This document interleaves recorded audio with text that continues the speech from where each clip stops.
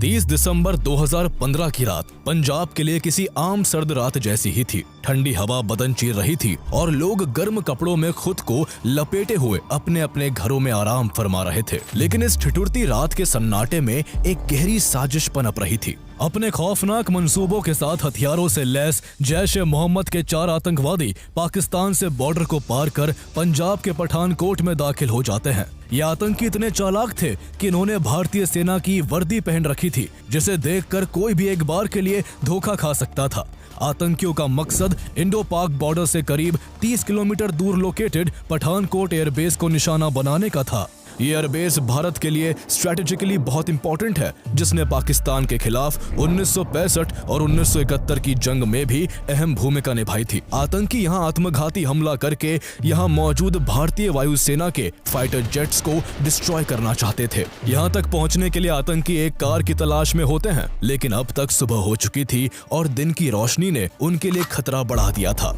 इसलिए वो दिन भर जंगलों और झाड़ियों में छिपे रहे। जब 31 दिसंबर का दिन ढला तो अंधेरा होते ही वो फिर से बाहर आ गए और जानियाल रोड पर किसी गाड़ी के गुजरने का इंतजार करने लगे। रात करीब 9:30 बजे आतंकियों की नजर यहीं से गुजर रही एक इनोवा कार पर पड़ी, जिसे एकागर सिंह नाम के शख्स चला रहे थे। गाड़ी को जब आतंकियों ने रुकने का इशारा किया तो एकागर सिंह उनकी इंडियन आर्मी की ड्रेस को देखकर धोखा खा गए और उन्होंने खुशी खुशी गाड़ी रोक दी। जैसे ही गाड़ी रुकी, आतंकियों ने उनका मोबाइल छीन लिया और उनका गला काटकर उनकी बॉडी को वहीं पास के खेत में फेंक दिया। आतंकियों को जल्दी थी, इसलिए वो गाड़ी को बड़ी तेज रफ्तार से चलाने लगे। इसी जल्दबाजी में उनकी गाड़ी कुछ दूर जाने के बाद ही रावी रिवर ब्रिज के धूसी टर्न के पास खराब हो गई। इसके चलते आतंकियों को मजबूरन इनोवा कार वहीं छोड़नी पड़ी। वो थोड़ी दूर जाकर गन्ने के खेतों में छिप गए और यहाँ से किसी दूसरी गाड़ी के गुजरने का इंतजार करने लगे। रात के 11 बज चुके थे कि तभी आतंकियों की नजर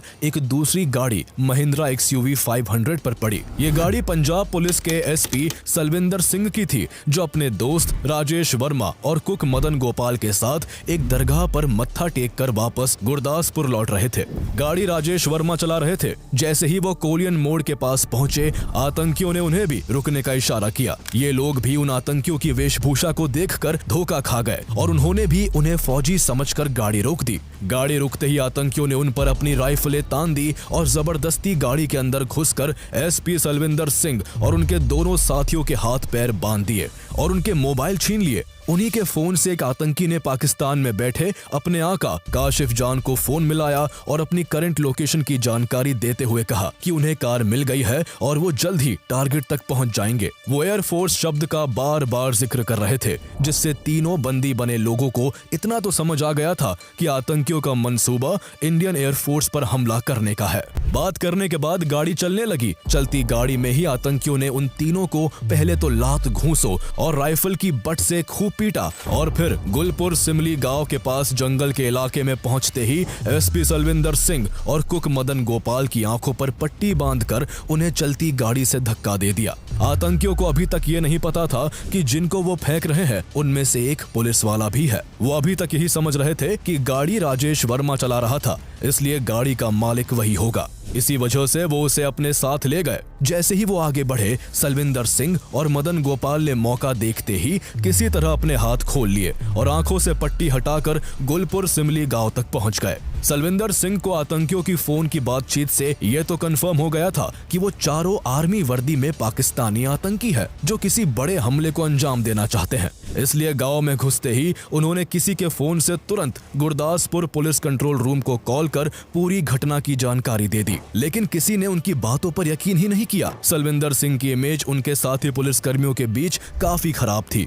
इसलिए उन्होंने समझा कि सलविंदर पार्टी करके लौट रहा होगा और फिजूल की बातें बना रहा है। जब उन्हें किसी ने सीरियसली नहीं लिया तो सलविंदर सिंह ने 3:21 पर गुरदासपुर के SSP को कॉल किया और उन्हें सारा माजरा बताया। उधर आतंकी लगातार राजेश वर्मा को पीट रहे थे और उसके फोन से पाकिस्तान में बैठे अपने हैंडलर से कांटेक्ट में बने हुए थे। उन्होंने राजेश राजेश को पीट पीट के बुरी तरह घायल कर दिया। जब उससे पूछा गया कि ये किसकी गाड़ी है, तब राजेश ने बताया कि ये पंजाब के एसपी सलविंदर सिंह की कार है, जिसे उन्होंने पीछे ही फेंक दिया। ये खबर जब फोन पर आतंकियों के हैंडलर्स ने सुनी तो वो गुस्से से आग बबूला हो गए। पुलिस वाला होने की वजह से सलविंदर उन्हें बड़ी थ्रेट लगा, जो अथॉरिटीज को बताकर उनके पूरे प्लान को चौपट कर सकता था। इसलिए हैंडलर्स ने उन्हें तुरंत वापस जाकर सलविंदर सिंह और मदन गोपाल को दोबारा पकड़ने का आदेश दिया। लेकिन जब तक वो वापस उस जगह पहुंचे, तब तक सलविंदर सिंह और मदन गोपाल अपनी जान बचाकर वहां से भाग चुके थे। दोनों को ना पकड़ पाने की बौखलाहट में आतंकियों ने सारा गुस्सा राजेश वर्मा पर उतार दिया। उन्होंने सुबह करीब 4 बजे बेरहमी से उसका चाकू से गला रेत दिया। आतंकियों को यकीन था कि कुछ ही देर में राजेश की मौत हो जाएगी, इसलिए उन्होंने उसको गाड़ी से बाहर निकालकर पास के खेत में ही फेंक दिया। इसके बाद आतंकी तो गाड़ी लेकर अपनी मंजिल की तरफ बढ़ गए, लेकिन बुरी तरह घायल राजेश वर्मा किसी तरह अपनी जान बचाने के लिए पास के ही गांव अकालगढ़ पहुंच गए, जहां से उन्हें हॉस्पिटल ले जाया गया, जहां उन्होंने पुलिस को सब कुछ बता दिया। इस बीच जिस पहले शख्स एकागर सिंह को आतंकियों ने मार डाला था, उनके देर रात तक घर न लौटने पर उनके परिवार ने पास के पुलिस स्टेशन में उनकी गुमशुदगी की रिपोर्ट दर्ज करवा दी थी। उधर एसपी सलविंदर सिंह भी बार बार बड़े बड़े पुलिस अधिकारियों से कांटेक्ट कर उन्हें आतंकी हमले के खतरे को लेकर आगाह कर रहे थे। कुछ ही घंटों में एक ही एरिया में लगातार एक ही तरह की घटनाओं की खबर से पुलिस हरकत में आ गई। इसके बाद पठानकोट से लेकर दिल्ली तक, जम्मू से लेकर उधमपुर तक और चंडीगढ़ से लेकर पंचकुला तक फोन की घंटियां लगातार बजने लगी। जल्द ही ये खबर होम मिनिस्ट्री, डिफेंस मिनिस्ट्री और प्राइम मिनिस्टर्स ऑफिस तक भी पहुंच गई। मानेसर, जहां नेशनल सिक्योरिटी गार्ड एनएसजी के एलीट कमांडोज बेस्ड है, वहां भी कॉल्स की भरमार होने लगी। जब 1 जनवरी 2016 को पूरी दुनिया नए साल की खुशियां मना रही थी, तब आतंकी हमले की संभावनाओं से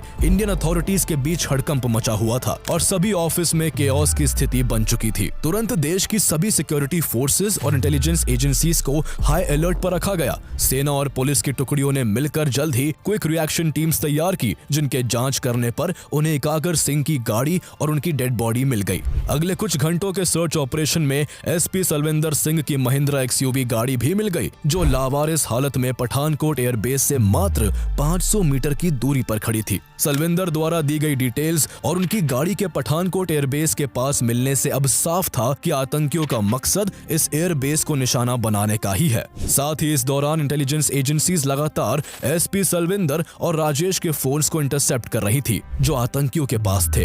एक कॉल में इंटेलिजेंस एजेंसीज ने आतंकियों को उनके हैंडलर से बात करते हुए सुना, जिसमें हैंडलर्स उनसे कह रहे थे कि जल्दी टारगेट तक पहुंचकर प्लेन्स और हेलीकॉप्टर्स को उड़ा दो। यानी अथॉरिटीज को अब ये भी पता था कि देश में आतंकी घुस आए हैं और ये भी साफ था कि हमला कहां होगा। लेकिन ताज्जुब की बात यह है कि इतना सब मालूम होने के बाद भी आतंकी न केवल पठानकोट एयरबेस में घुसने में कामयाब हुए, बल्कि वहां कई दिनों तक उन्होंने ऐसा आतंक मचाया जिसने देश और दुनिया का ध्यान अपनी ओर खींच लिया। मीडिया की सुर्खियों में केवल एक ही हेडलाइन थी, Pathankot airbase attack. This is big breaking news that is coming in on the Pathankot probe. Pathankot air force station पर जो आतंकी हमला हुआ है, उसके बाद वो ऑपरेशन अभी तक जारी है। 62 घंटे होने वाले हैं इस ऑपरेशन को। At least 4 terrorists have been killed by security forces and 3 security personnel have lost their lives. Lieutenant Colonel Niranjan of the National Security Guard or the NSG died today while defusing explosives during the mopping up operations. Pathankot वायुसेना station पर आतंकवादी हमले में पाकिस्तान की तरफ उंगली उठ रही है। भारत ने पाकिस्तान को आतंकियों के पाकिस्तानी होने के सबूत भी दिए हैं। हमें हिंदुस्तान की तरफ से कुछ लीड्स मिली जिस पे हम तहकीकात कर रहे हैं। The joint investigation team from Pakistan arrived in the national capital on Sunday to probe the deadly terrorist attack on the Pathankot Air Force Base. Pakistan has formally registered an FIR in the Pathankot Air Base attack case as part of the ongoing investigation into that terrorist attack that killed 7 Indian personnel. The FIR has been registered against unidentified people. जब ये confirm हो गया कि आतंकी Pathankot airbase को target करने वाले हैं, तो फौरन एयरफोर्स स्टेशन की सुरक्षा को बढ़ाया जाने लगा। कुछ ही देर में गरुड़ कमांडोज और डिफेंस सर्विस कॉर्प्स DSC की एक टीम स्टेशन के अंदर की सुरक्षा में तैनात कर दी गई। National security adviser Ajit Doval ने भी दिल्ली में army chief general Dalbir Singh Suhag, air chief marshal अरूप राहा and intelligence bureau and R&AW के हेड्स के साथ एक हाई लेवल मीटिंग की। मीटिंग के बाद NSG की एक टीम को तुरंत पठानकोट के लिए एयरलिफ्ट करने का आदेश जारी कर दिया गया। इधर चारों आतंकी अभी तक पठानकोट एयरबेस में घुस नहीं पाए थे। वो पठानकोट एयरबेस की दीवार तक पहुंचने ही वाले थे कि तभी आतंकियों को उनके हैंडलर का कॉल आ जाता है। उनका हैंडलर उन्हें डांट कर कहता है कि वो चारों अभी तक एयरबेस में घुस क्यों नहीं पाए हैं, जबकि 2 लोगों का एक ग्रुप पहले ही टारगेट तक पहुंच चुका है। इसका मतलब था कि पठानकोट को दहलाने के लिए 4 नहीं बल्कि 6 आतंकी 2 ग्रुप्स में आए थे और पहला ग्रुप पहले से ही LOC को पार कर सभी की नजरों से बचते हुए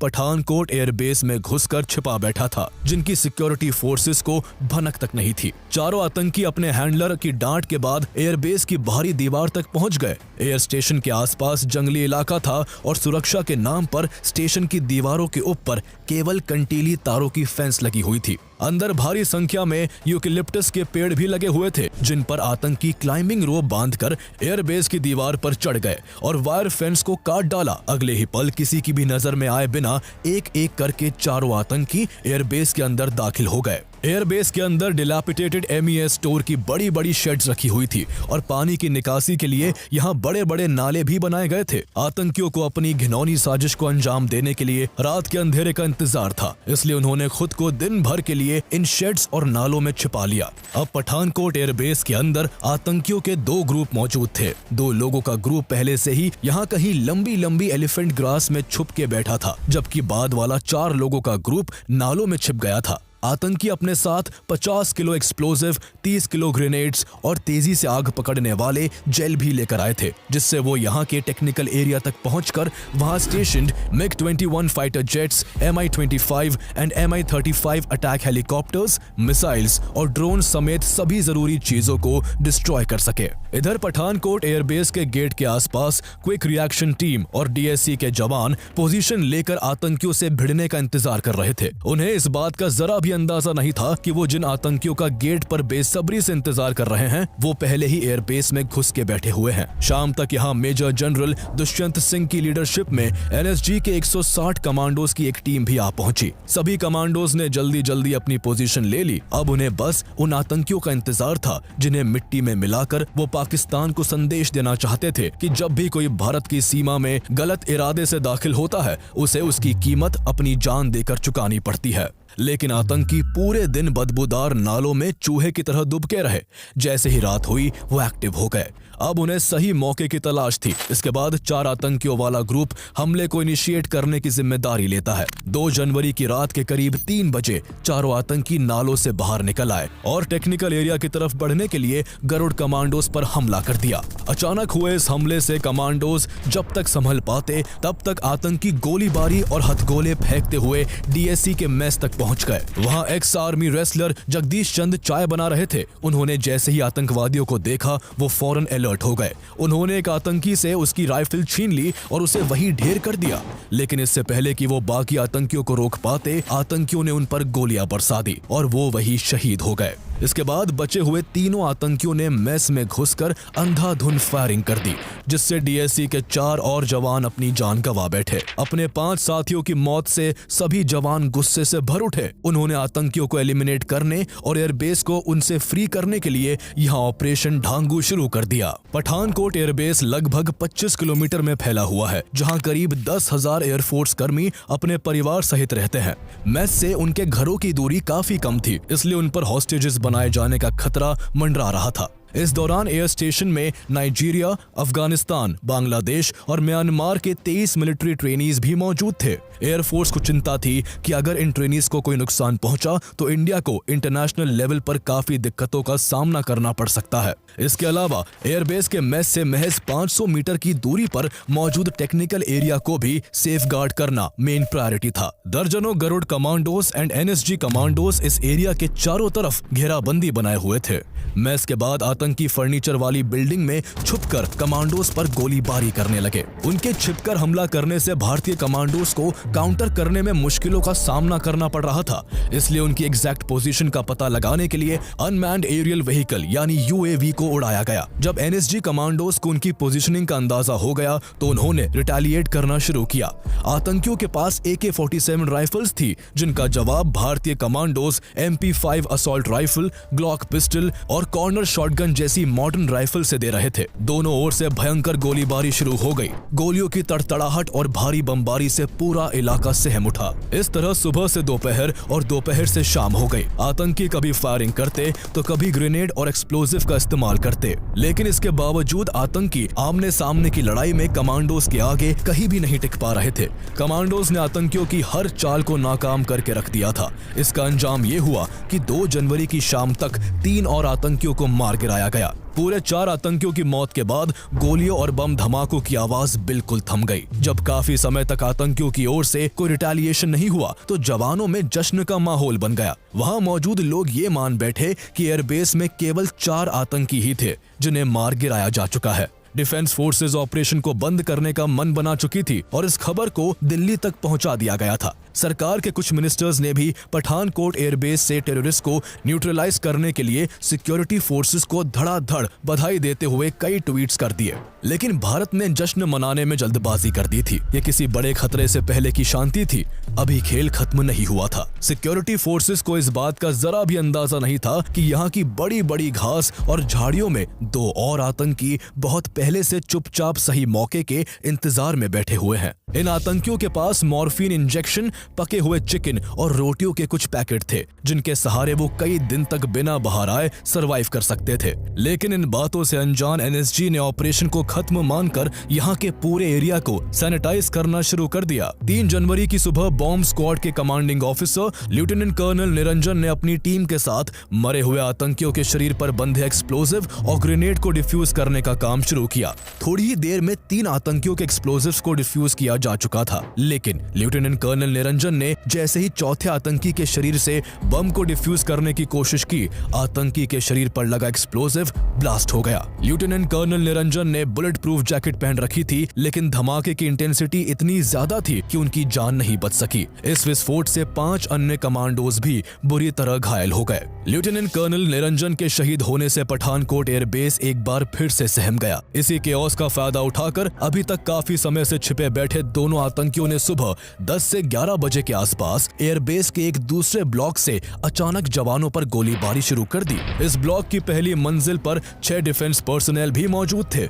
यदि आतंकवादी उन्हें हॉस्टेजेस बना लेते तो उनकी जान के बदले में वो भारत से बार्गेनिंग कर सकते थे, लेकिन किस्मत से आतंकियों को इसकी खबर नहीं थी, इसलिए उन्होंने इस ओर ध्यान नहीं दिया। उनका टारगेट टेक्निकल एरिया को तबाह करने का था। उनकी गोलीबारी से सभी जवान एक बार फिर से अलर्ट हो गए। साथ ही 80 कमांडोज की 2 और एनएसजी यूनिट्स को दिल्ली से पठानकोट एयरलिफ्ट किया गया। सबसे पहले उस ब्लॉक में फंसे 6 डिफेंस पर्सनल को सुरक्षित बाहर निकाला गया। इसके बाद एनएसजी और गरुड़ कमांडोज ने मिलकर पूरी बिल्डिंग को चारों तरफ से घेर लिया, लेकिन दोनों आतंकी फिर भी कमांडोज की पकड़ में नहीं आए। आतंकियों ने पूरे दिन कमांडोज को इधर से उधर उलझाए रखा। शाम हो चुकी थी और अंधेरा घिरने लगा था। ऐसे में जल्द से जल्द कार्रवाई करना जरूरी हो गया था। आखिरकार एनएसजी कमांडोज ने आतंकियों को रूम के अंदर ही कुचलने के लिए बस्टर टूल्स का इस्तेमाल किया और आतंकी जिस कमरे में छुपे हुए थे उसके दरवाजे उड़ा दिए। इसके बाद कमांडोज ने रूम के भीतर कैनन फायर किया, जिसकी चपेट में आकर दोनों आतंकी जल्द ही मारे गए। इन दोनों आतंकियों के खत्म होते ही पठानकोट एयरबेस पूरी तरह से सुरक्षित था, लेकिन कंट्रोल रूम इस सफलता की सूचना दिल्ली भेजने में इस बार जल्दबाजी नहीं करना चाहता था। एनएसजी कमांडोज ने एयरबेस के चप्पे चप्पे को खंगालना जारी रखा और लगातार कई घंटों की सर्च के बाद जब उन्हें सब कुछ सही लगा तो आखिरकार 5 जनवरी की दोपहर तक ऑपरेशन बंद कर दिया गया। बेशक 6 के 6 आतंकियों को मिट्टी में मिलाकर और टेक्निकल एरिया को सेफ रखकर भारत ने आतंकियों का प्लान फेल कर दिया था, लेकिन इसके लिए देश के 7 जवानों को कुर्बान होना पड़ा था। इनमें से गरुड़ कमांडो गुरसेवक सिंह भी थे, जिनकी शादी को मात्र 45 दिन ही हुए थे। अपने जवानों की शहादत से पूरा देश शोक में डूबा हुआ था। सरकार इस हमले के लिए जिम्मेदार एक एक आतंकी को बेनकाब करना चाहती थी। इसलिए जब पठानकोट एयरबेस में आतंकियों को न्यूट्रलाइज करने के लिए जवानों का ऑपरेशन ढांगू चल रहा था, उसी दौरान पंजाब पुलिस एसपी सलविंदर सिंह और उसके दोनों साथियों राजेश और मदन गोपाल से पूछताछ कर रही थी। पुलिस जानना चाहती थी कि जिन आतंकियों ने एकागर सिंह को गला काट कर मार डाला था, उन्होंने सलविंदर को आखिर कैसे इतनी आसानी से छोड़ दिया। सलविंदर सिंह की इमेज पहले से ही पुलिस महकमे में खराब थी। वहीं उन्होंने इंटेरोगेशन के दौरान भी कई बार अपना बयान बदला, जिस कारण पुलिस को उन पर शक था। हालांकि बाद में उन्हें इस हमले से क्लीन चिट दे दी गई।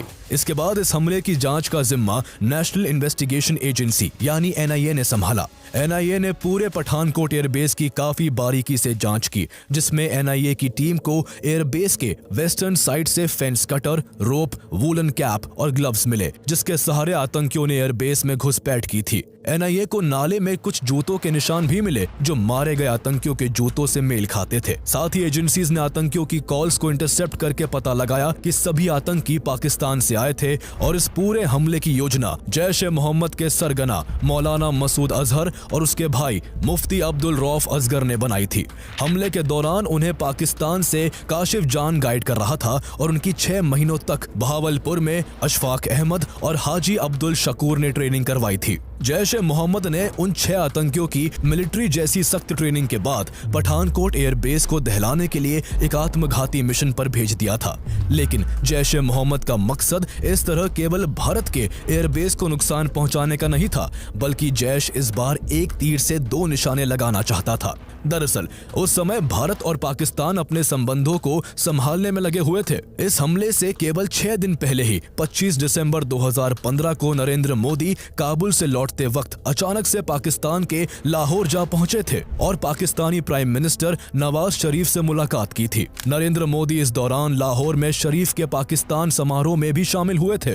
ये 2004 के बाद पहला मौका था जब भारत के प्राइम मिनिस्टर ने पाकिस्तान का दौरा किया था। नरेंद्र मोदी ऐसा करके सालों से बिगड़ते रिश्ते को फिर से पटरी पर लाना चाहते थे, लेकिन इस तरह दोनों देशों की नजदीकियों को जैश-ए-मोहम्मद ने अपने एग्जिस्टेंस के लिए एक बड़े खतरे के रूप में देखा। इसलिए उसकी इस अटैक की साजिश का मकसद भारत की एयर पावर को कम करने के साथ साथ भारत और पाकिस्तान के बीच उभर रही दोस्ती पर चोट करना था। इस अटैक में जैश-ए-मोहम्मद का हाथ होने की वजह से इंडिया पाकिस्तान के बीच जो शांति की राह बन रही थी वो टूट गई और भारत ने किसी भी तरह की पीस टॉक्स को तुरंत पोस्टपोन कर दिया। इंडिया ने पाकिस्तान पर टेररिज्म के खिलाफ एक्शन लेने का प्रेशर बनाया, जिसके चलते पाकिस्तान ने कुछ कार्रवाई भी की और जैश-ए-मोहम्मद के कई मेंबर्स को अरेस्ट कर लिया। मसूद अजहर को प्रोटेक्टिव कस्टडी में रखा गया, हालांकि उसे कहाँ रखा गया है इसकी जानकारी किसी को नहीं दी गई। आगे चलकर इनसफिशिएंट एविडेंस का हवाला देकर पाकिस्तान ने मसूद अजहर को रिलीज कर दिया, जिससे भारत की नाराजगी और बढ़ गई।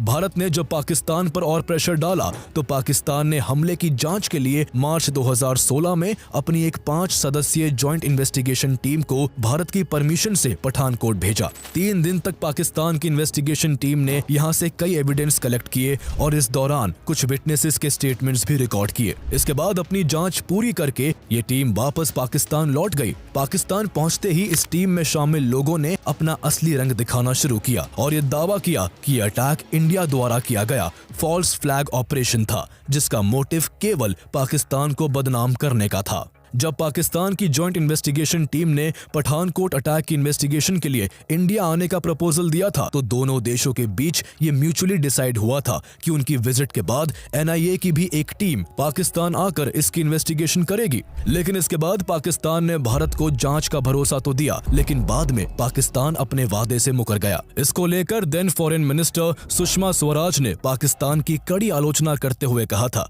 कि जब तक पाकिस्तान पठानकोट अटैक पर कॉन्क्रीट स्टेप्स नहीं उठाता, तब तक दोनों देशों के बीच कोई भी डायलॉग संभव नहीं होगा, क्योंकि टेररिज्म और पीस टॉक दोनों एक साथ नहीं चल सकते। हालांकि पाकिस्तान ने फिर भी कोऑपरेट नहीं किया। भले ही पाकिस्तान के कोऑपरेट ना करने से इंडियन गवर्नमेंट का रुख उसकी तरफ फिर से सख्त हो गया था, लेकिन इस पूरी सिचुएशन में इंडियन सिक्योरिटी सिस्टम की लापरवाही को लेकर भी सवाल उठ रहे थे। हमले के पहले तक पठानकोट एयरबेस की सुरक्षा काफी कमजोर थी। एयरबेस की दीवार के चारों ओर गश्त के लिए कोई कोई सड़क नहीं थी और उसकी दीवार कई जगह से सिविलियंस के मकानों से सटी हुई थी। हैरानी की बात यह थी कि इसके बावजूद एयरफोर्स ने इस एयरबेस के आसपास एनक्रोचमेंट रोकने का कोई प्रयास नहीं किया था, जिस कारण आतंकियों द्वारा यहां किसी भी वक्त एक बड़ा हमला पॉसिबल था। भारत की इंटेलिजेंस एजेंसीज महीनों से भारत पर कोई बड़े आतंकी हमले की आशंका जता रही थी और हमले से कुछ महीने पहले तक भारत में पाकिस्तानी इंटेलिजेंस एजेंसी ISI के कई एजेंट्स अरेस्ट किए जा चुके थे। पठानकोट हमले से केवल एक महीने पहले BSF के हेड कांस्टेबल अब्दुल रशीद को ISI के लिए जासूसी करने के जुर्म में दिल्ली पुलिस ने जम्मू एंड कश्मीर से अरेस्ट किया था। अब्दुल रशीद और उसके रिलेटिव कफायतुल्लाह खान कई महीनों से ISI के कांटेक्ट में थे और अरेस्ट होने से पहले दोनों भारतीय सेना की कई इंपॉर्टेंट इंफॉर्मेशन ISI को दे चुके थे। इसके अलावा शेख मोहगल और मोहम्मद एजाज को भी कोलकाता और मेरठ से ISI के लिए जासूसी करते हुए पकड़ा गया था, जबकि दिसंबर 2015 में पोखरण से ex army man Govardhan Singh भी पकड़ा गया, जो सालों से भारतीय डिफेंस फोर्स की इंपॉर्टेंट इंफॉर्मेशन ISI तक पहुंचा रहा था। इसके अलावा पठानकोट हमले से पहले एयरमैन रंजीत के को भी दिल्ली पुलिस की क्राइम ब्रांच, मिलिट्री इंटेलिजेंस और एयरफोर्स की एक यूनिट ने अपने जॉइंट ऑपरेशन के जरिए भटिंडा एयरबेस से ISI के लिए जासूसी करने के जुर्म में अरेस्ट किया था।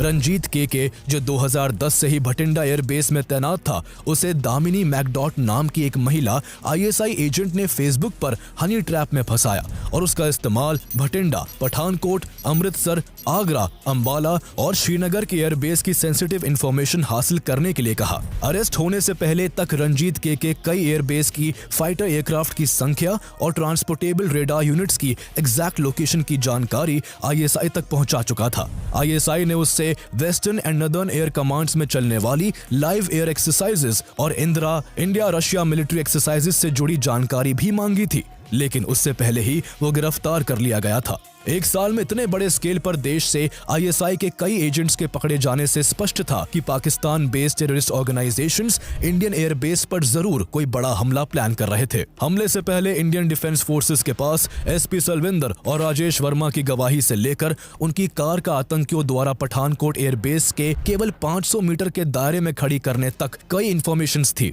लेकिन इसके बावजूद आतंकी पठानकोट एयरबेस की सुरक्षा में सेंध लगाकर घुसने में सफल हो गए थे। बाद में मिनिस्ट्री ऑफ होम अफेयर्स ने इस हमले की जांच के लिए एक स्टैंडिंग कमेटी बनाई। कमेटी ने भी पठानकोट एयरबेस को विजिट करके अपनी रिपोर्ट में इंडियन डिफेंस फोर्सेस की लापरवाही को लेकर फटकारा। स्टैंडिंग कमेटी का कहना था कि अगर सेंटर इस मामले को गंभीरता से लेता और इंटेलिजेंस एजेंसीज ने सही तरीके से काम किया होता तो आतंकी कभी एयरबेस में घुस ही नहीं पाते। कमेटी ने आगे कहा कि इतने टेरर अलर्ट्स के बावजूद आतंकियों का पठानकोट एयरबेस में घुसना और वहां गोलीबारी करना इंटेलिजेंस एजेंसीज और सिक्योरिटी फोर्सेस के बीच के लैक ऑफ कोऑर्डिनेशन को दर्शाता है। सिक्योरिटी एजेंसीज ना तो समय रहते खतरे को भांप सकी और ना ही तेजी से एक्शन ले सकी। हालांकि आतंकियों के एयरबेस में घुसने के बाद भारतीय जवानों ने उनका सामना काफी अच्छे से किया। जवानों की वजह से जैश-ए-मोहम्मद के आतंकी एयरबेस के टेक्निकल एरिया तक नहीं पहुंच पाए थे, जिस वजह से एयरफोर्स का बड़ा नुकसान होते होते बचा था। जैश-ए-मोहम्मद का यह मंसूबा भले ही नाकाम रहा, लेकिन वो जो दरार भारत और पाकिस्तान के बीच चाहता था, वो दरार इस हमले के बाद दोनों देशों में फिर से आ चुकी थी। जैश-ए-मोहम्मद यही नहीं रुका, बल्कि इस हमले के केवल 8 महीने बाद उरी अटैक और करीब 3 साल बाद पुलवामा अटैक को अंजाम देकर उसने दोनों देशों के बीच तनाव की एक गहरी खाई खोद दी। भारत ने भले ही पठानकोट अटैक के जवाब में पाकिस्तान और जैश-ए-मोहम्मद के खिलाफ कोई मिलिट्री एक्शन नहीं लिया, लेकिन उरी अटैक और पुलवामा अटैक के जवाब में भारत ने दुश्मन के घर में घुसकर उसको सबक सिखाया। उरी अटैक और पुलवामा अटैक की पूरी कहानी आप हमारी पिछली वीडियोस में देख सकते हैं। दोनों के लिंक्स आपको डिस्क्रिप्शन में मिल जाएंगे।